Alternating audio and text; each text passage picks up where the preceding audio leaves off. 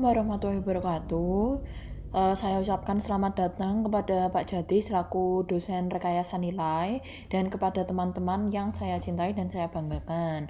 Perkenalkan, nama saya Novelia Indra Putri Andini, NIM 21010 118 140 203. Pada kesempatan kali ini saya akan mempresentasikan studi value engineering tentang transportation improvement pada State Road 826 Palmetto Expressway Managed Land Project Development and Environment Study. Kita lanjutkan. Oke, pertama-tama saya akan menjelaskan gambaran umum proyeknya. Jadi proyek ini merupakan proyek studi pembangunan dan lingkungan jalur terkelola Jalan Negara 826 Palmetto Expressway. Panjang proyek ini sejauh 6 mil. Waktunya dilaksanakan pada 14 hingga 18 Mei 2012. Estimasi biayanya 291 juta dolar. Tujuan dari jalur ekspres ini adalah untuk meningkatkan mobilitas, mengurangi kemacetan, dan menyediakan pilihan perjalanan tambahan di sepanjang koridor State Road 826. Dan tujuan dari studi ini adalah untuk menambah 2 jalur ekspres di setiap arah di sepanjang pusat koridor. Nah, ini lokasinya ada di North South State Road 826 di Miami-Dade County, Florida. Pada bagian yang saya beri lingkaran merah ini merupakan State Road 826.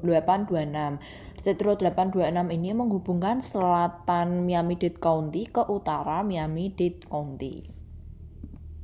Tujuan studi value engineering ini yang pertama mengidentifikasi peluang, merekomendasikan konsep yang dapat meningkatkan nilai dalam biaya modal dan kemampuan konstruksi, kemudahan pemeliharaan lalu lintas, meningkatkan fungsi dasar yang dibutuhkan dalam pelaksanaan proyek, memberikan ringkasan kondisi existing, mendokumentasikan tujuan dan kebutuhan proyek, serta mendokumentasikan data teknik, lingkungan, dan sosial lainnya yang terkait dengan konsep desain awal. Kendala yang dihadapi dalam proses pembangunan proyek ini, yang pertama tidak ada hak jalan tambahan, sumber listrik gas alam FTG, koneksi di setiap ujung, tidak ada perbaikan dan peningkatan pada persimpangan, jalan layang Northwest 103rd Street, jalan layang Northwest 25th Street, dan jadwal yang padat. Lalu, hasil studi value engineering-nya, jadi tim VA awalnya menghasilkan 31 ide dan 9 diantaranya ditentukan untuk menjadi saran desain selama fase ide kreatif dari rencana kerja value engineering. Ide-ide tersebut kemudian dievaluasi berdasarkan kriteria evaluasi untuk proyek ini. Selama proses ini disepakati bahwa tim memiliki berbagai ide untuk semua lokasi, tetapi ide-ide tertentu yang memiliki potensi peningkatan nilai terbesar dibawa ke depan untuk pengembangan lebih lanjut. Nah, ini tabel rekomendasi dari tim value engineering. Yang pertama ada rekomendasi nomor 6 ini memperhitungkan penggunaan lajur 4+1 dengan bahu jalan penuh pada jalur yang dikelola di setiap arah. Tidak disetujui. Nomor rekomendasi 13 dari jalan Northwest 36 ke Northwest 58 meluruskan kembali garis utama utara ke timur di sepanjang jalan bagian depan, ini juga tidak disetujui. Lalu nomor rekomendasi 16 di persimpangan I-75 jalur utama harus bergeser ke barat untuk memungkinkan lebar 10-12 kaki di dalam bahu. Ini disetujui dengan potensi nilai tambahnya atau kerugiannya itu sebesar 3.400.000 US dollar. Lalu untuk antara jalan Northwest 74 dan jalan Okeechobee, perluasan jalur selatan ke barat untuk menyediakan bahu jalan sepanjang 12 kaki itu tidak disetujui. Lalu nomor rekomendasi 22 pada seksi 55 dibuat crown dan stripping sepanjang 11 kaki untuk menghindari dampak pengerjaan ulang. Ini disetujui dengan potensi penghematan 940.000 US dollar. Lalu nomor rekomendasi ke-23, tambahkan batas kecepatan ke jalur tujuan umum. Ini tidak disetujui. Nah, metode studi yang dilakukan menggunakan acuan dari Society of American Value Engineer. Yang pertama ada aktivitas pra-studi atau aktivitas pra-workshop. Ini seperti mengumpulkan tim-tim dari tim-tim value engineer. Lalu tahap kedua ini ada workshop atau studi, yaitu rencana kerjanya. Ada fase informasi, fase analisis fungsi, kreativitas, evaluasi, pengembangan, dan presentasi. Pada fase informasi ini dikumpulkan dokumen-dokumen atau data-data terkait dengan proyek. Lalu pada fase analisis fungsi dilakukan analisis fungsi dan ide-ide untuk ide-ide. Nah, pada fase analisis fungsi ini menggunakan metode diagram fase. Lalu pada fase kreativitas ini mulai ditentukan ide-ide kreatif. Lalu pada fase evaluasi kita mengevaluasi ide-ide tersebut. Lalu setelah hasilnya oke, dikembangkan, lalu dipresentasikan. Lalu pada tahap ketiga ada tahap pasca workshop atau pasca studi, yaitu mulai dilaksanakan. Nah, ini fase analisis fungsi ini menggunakan metode fase diagram. Fase diagram ini dikembangkan untuk mengidentifikasi dan menampilkan jalur fungsi kritis untuk keseluruhan proyek. Jadi ini fase diagramnya ya. Saya akan memperjelas dari perbagian ini. Oke, pada bagian pertama ini ada higher ordernya, ada improve loss, dan lower ordernya ada determine needs atau menjelaskan kebutuhan. Lalu pada critical path-nya ini ada basic function atau fungsi dasarnya itu add lanes atau menambah lajur atau jalan. Lalu ada secondary-nya ada build project, permit project, lalu ada yang at the time function-nya ada maintain traffic, reconstruct shoulder, install ITS, seperti itu. Nah, yang kedua ini ada required secondary function atau fungsi sekunder yang dipersyaratkan. Ini ada increase throughput atau meningkatkan output, address demand atau permintaan, lalu ada regulate flow, spread flow, encourage mode shift, set pricing, determine demand, dan track usage. Berikut juga dengan at the time function-nya. Ada untuk regulate flow itu meter ramps dan toll motoris.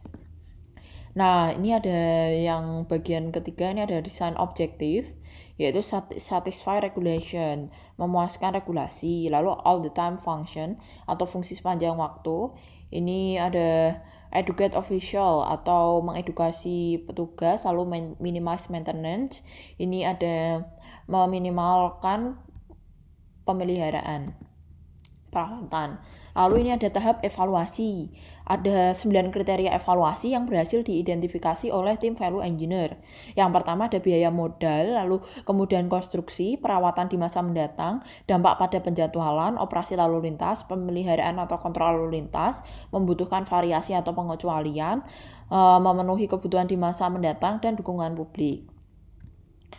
Nah, ini ya, jadi ini tabel dari kriteria evaluasinya. Nah, MOT ini adalah maintenance of traffic. Jadi, setiap kriteria pada tabel ini diberi bobot nilai antara angka 1 sampai angka 9. Dengan bobot angka 1 untuk kriteria yang paling kurang penting, least important, dan bobot 9 untuk kriteria yang paling important, the most important. Kita lanjutkan.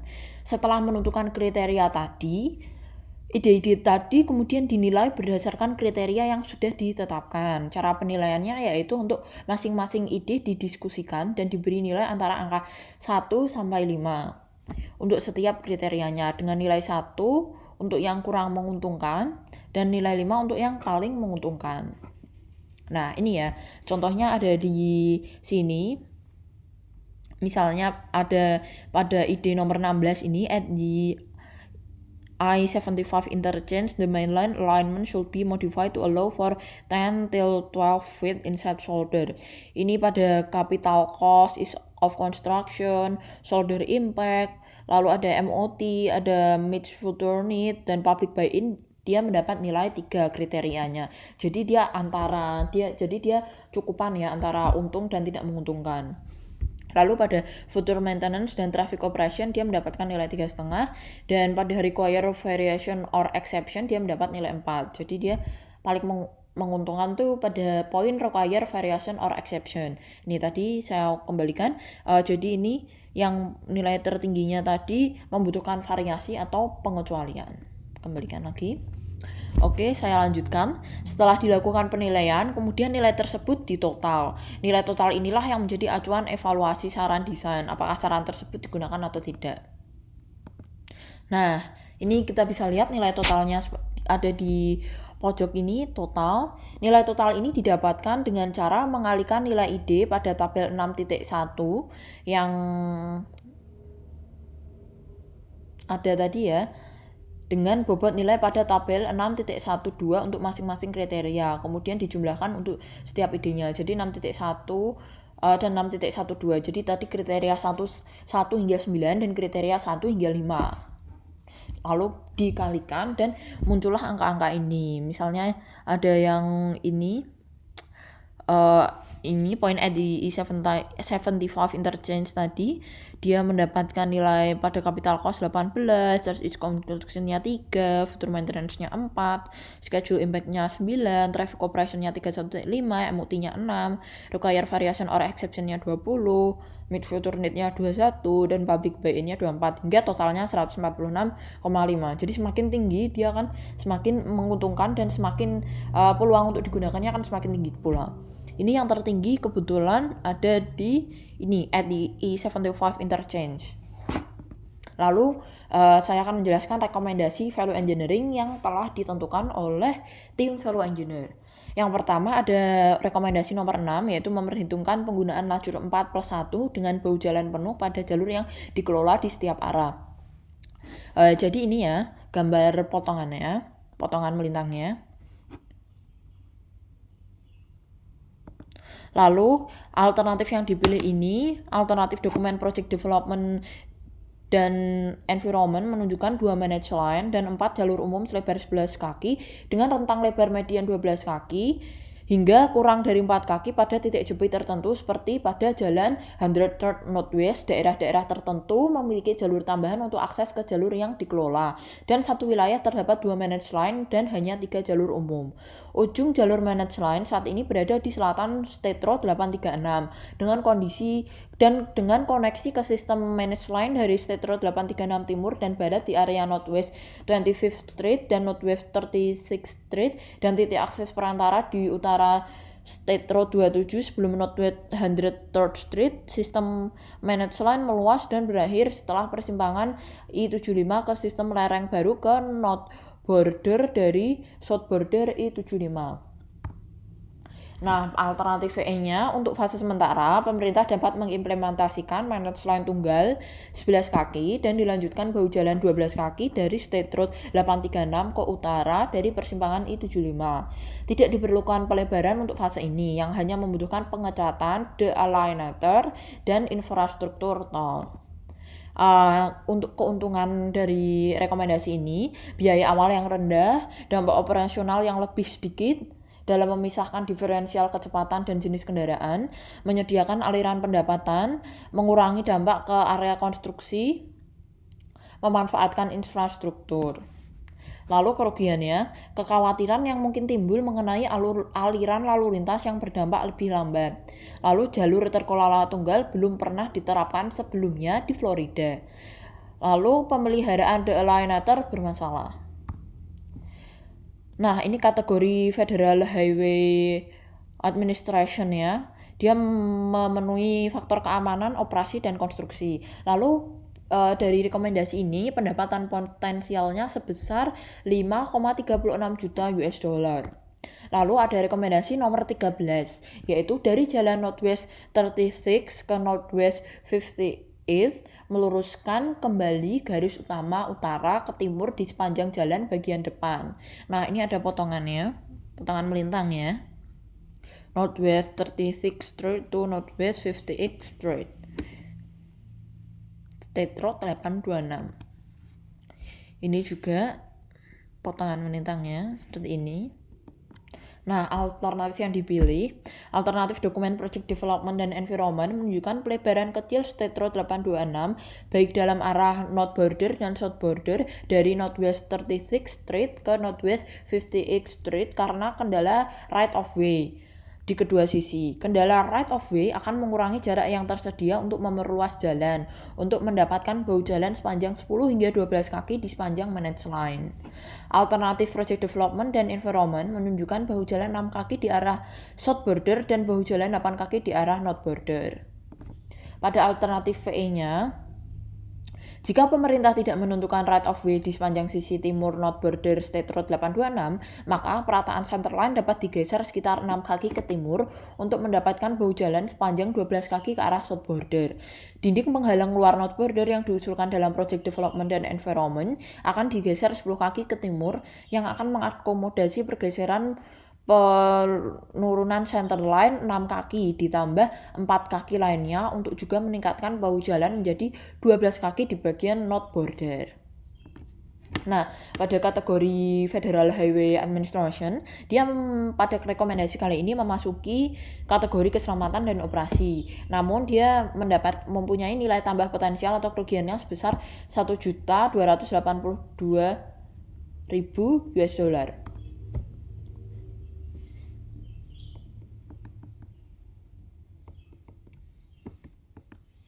Lalu nomor 16, pada persimpangan I-75, pelurusan center line harus dimodifikasi untuk memungkinkan bahu sepanjang 10 hingga 12 kaki. Ini potongan tentangnya. Nah, pada alternatif yang dipilih ini, alternatif dokumen Project Development dan Environment menunjukkan konstruksi yang signifikan di State Road 826 dan persimpangan I-75. Flyover dua arah dari I-75 ke State Road 826 South Border dan North Border diusulkan bersamaan dengan rekonstruksi State Road 826 South Border. Untuk menyesuaikan semua gerakan dan nilai yang terkait dengan persimpangan ini, penyesuaian South Border digeser ke barat. Penyesuaian South Border baru ini menempatkan beberapa jalur South Border di atas kanal yang ada. Agar tidak mempengaruhi jalan lingkar yang ada, kanal akan dipersempit dan dinding akan ditambahkan di sepanjang dua tepi kanal. Hasil akhirnya, dari jembatan layang I-75 di sepanjang median State Road 826 mengurangi lebar bahu bagian dalam di kedua arah menjadi hanya 4 kaki. Lalu alternatif VE-nya, perubahan kanal menjadi gorong-gorong dan alihkan penataan kembali jalur south border di atas gorong-gorong ke barat untuk meningkatkan bahu bagian dalam menjadi 10 hingga 12 kaki. Pergeseran ini tidak akan mempengaruhi jalan lingkar yang ada. Dinding bersekat 800 kaki di sepanjang dua tepi kanal yang diusulkan dalam Project Development dan Environment akan dipindahkan dan gorong-gorong 1.600 kaki akan dipasang. Pergeseran juga akan memungkinkan bahu di dalam dan luar north border ditingkatkan menjadi 10 hingga 12 kaki. Nah, keuntungannya sendiri yaitu meningkatkan lebar bahu dari 4 kaki menjadi 10 sampai 12 kaki. Lalu operasi lalu lintas akan meningkat. Lalu pendapatan tambahan. Kerugiannya akan meningkatkan biaya konstruksi, meningkatkan waktu konstruksi, membutuhkan pemeliharaan gorong-gorong yang panjang dan dapat mempengaruhi perizinan. Nah, ini kategori Federal Highway Administration-nya, dia memasuki kategori keselamatan, operasi, dan konstruksi. Nilai tambah potensialnya 3.428.000 dolar. Lalu ada rekomendasi nomor 19 antara Jalan Northwest 74th dan Jalan Okeechobee, perluasan jalur selatan ke barat untuk menyediakan bahu jalan sepanjang 12 kaki dengan meluruskan kembali jalan masuk di Jalan Okeechobee. Nah, ini ya. 12 kaki Jalan Northwest antara Northwest 75th dan Jalan Okeechobee. Pada alternatif yang dipilih, alternatif dokumen Project Development dan Environment menunjukkan bahu bagian dalam dengan ketinggian 4 kaki untuk managed line ke selatan dari utara Northwest 74th Street ke selatan Okeechobee Road. Alternatif VE yaitu memperluas 8 kaki ke barat untuk membuat bahu jalan menjadi 12 kaki. Jalan di Okeechobee Road ke State Road 826 South Border perlu dimodifikasi seperti yang ditunjukkan pada grafik. Keuntungannya sendiri meningkatkan lebar bahu dalam dari 4 kaki hingga 12 kaki, memungkinkan kendaraan yang cacat masuk ke bahu tanpa mengganggu operasi jalur yang dikelola. Bahu jalan sepanjang 12 feet memberikan kondisi yang lebih baik daripada 4 feet. Kekurangannya peningkatan biaya dan peningkatan pemeliharaan lalu lintas selama konstruksi. Dia memenuhi kategori Federal Highway Administration, yaitu keselamatan dan operasi. Nilai tambah potensial atau kerugiannya itu 7.600.000 US dollar. Lalu nomor 22, pada seksi 5 buat crown dan stripping sepanjang 11 kaki untuk menghindari dampak pengerjaan ulang. Juga perpanjang jalur ke utara ke 5 lebih jauh ke selatan. Jadi ini ada potongan melintangnya. Seperti ini. Ini crownnya, crown yang dimaksud untuk membuat crown dan strippingnya di sekitar sini, di sini ya. Nah, alternatif yang dipilih, batas proyek ini menunjukkan tumpang tindih dengan proyek konstruksi yang sedang berlangsung. Tumpang tindih antara Northwest 7th Street dan Northwest 25th Street pada State Road 826. Departemen saat ini sedang bernegosiasi dengan tim joint venture untuk merevisi ruang lingkup pekerjaan bersama State Road 826 untuk memodifikasi trotoar dan drainase untuk proyek managed line yang akan datang. Modifikasi ini tidak termasuk perubahan pada friction course dan marka jalan. Konstruksi managed line juga harus mengubah crown jalur jalan north border dan south border. Pada alternatif VE-nya, tim joint venture bagian 5 akan membuat friction course, mengubah lokasi crown dan stripping State Road 826 antara Northwest 7th Street dan Northwest 25th Street untuk mencocokkan konfigurasi akhir dari proyek jalur managed line. Friction dan stripping untuk managed line tambahan akan ditentukan untuk sementara oleh marka trotoar. Selama konstruksi managed line, jalur friction dan strip terakhir pada lajur dan bahu tambahan akan diselesaikan oleh pemegang konsesi. Pertimbangan harus diberikan pada pemasangan struktur rambu lalu lintas yang dikelola oleh bagian 5 tim joint venture. Keuntungannya lebih sedikit biaya keseluruhan karena menghilangkan pengerjaan ulang, pendapat publik yang kurang negatif dengan konstruksi boros yang terlihat dan dampak lalu lintas tambahan. Kerugiannya menggeser biaya pekerjaan ke proyek bagian 5 saat ini, lalu upaya mendesain ulang untuk bagian 5. Dia memasuki kategori Federal Highway Association yang bagian konstruksi. Penghematan biaya potensialnya sebesar 940.000 US dollar. Lalu yang terakhir nomor 23, tambahkan batas kecepatan variabel ke General Purpose Lanes. Alternatif yang dipilih yaitu alternatif dokumen Project Development dan Environment menunjukkan managed lane yang bervariasi pada kecepatan desain 60 meter per hour dan kecepatan desain tujuan umum 60 meter per hour. Alternatif VE-nya memanfaatkan batas kecepatan variabel untuk jalur tujuan umum untuk mengelola aliran lalu lintas di General Purpose Lane dengan lebih baik. Disarankan untuk memasang rambu batas kecepatan variabel sebelum memasuki segmen managed lane dan di antara setiap interchange di setiap arah. Negara-negara lain telah memprakarsai penggunaan tanda-tanda kecepatan variabel untuk kendaraan transisi yang lebih baik melalui segmen padat dari jalan raya yang meningkatkan perjalanan yang lebih aman selama periode kemacetan, insiden, cuaca buruk, dan peristiwa berulang lainnya. Keuntungannya, meningkatkan operasi dan secara aktif mengelola aliran pada jalur tujuan umum. Lalu peningkatan hasil yang diantisipasi karena variasi kecepatan yang diperkecil, memberikan kecepatan yang lebih konsisten. Kerugiannya, peningkatan biaya modal dan pemeliharaan yang berkelanjutan untuk tanda-tanda dinamis. Lalu konsep untuk wilayah dan penerimaan publik. Dia memasuki kategori Federal Highway Administration untuk kategori operasi. Lalu nilai tambah potensialnya sebesar 2 juta dolar hingga 5 juta dolar. Nah, terima kasih. Berikut tadi adalah presentasi dari saya. Apabila ada kesalahan, kurang lebihnya saya mohon maaf. Wassalamualaikum warahmatullahi wabarakatuh.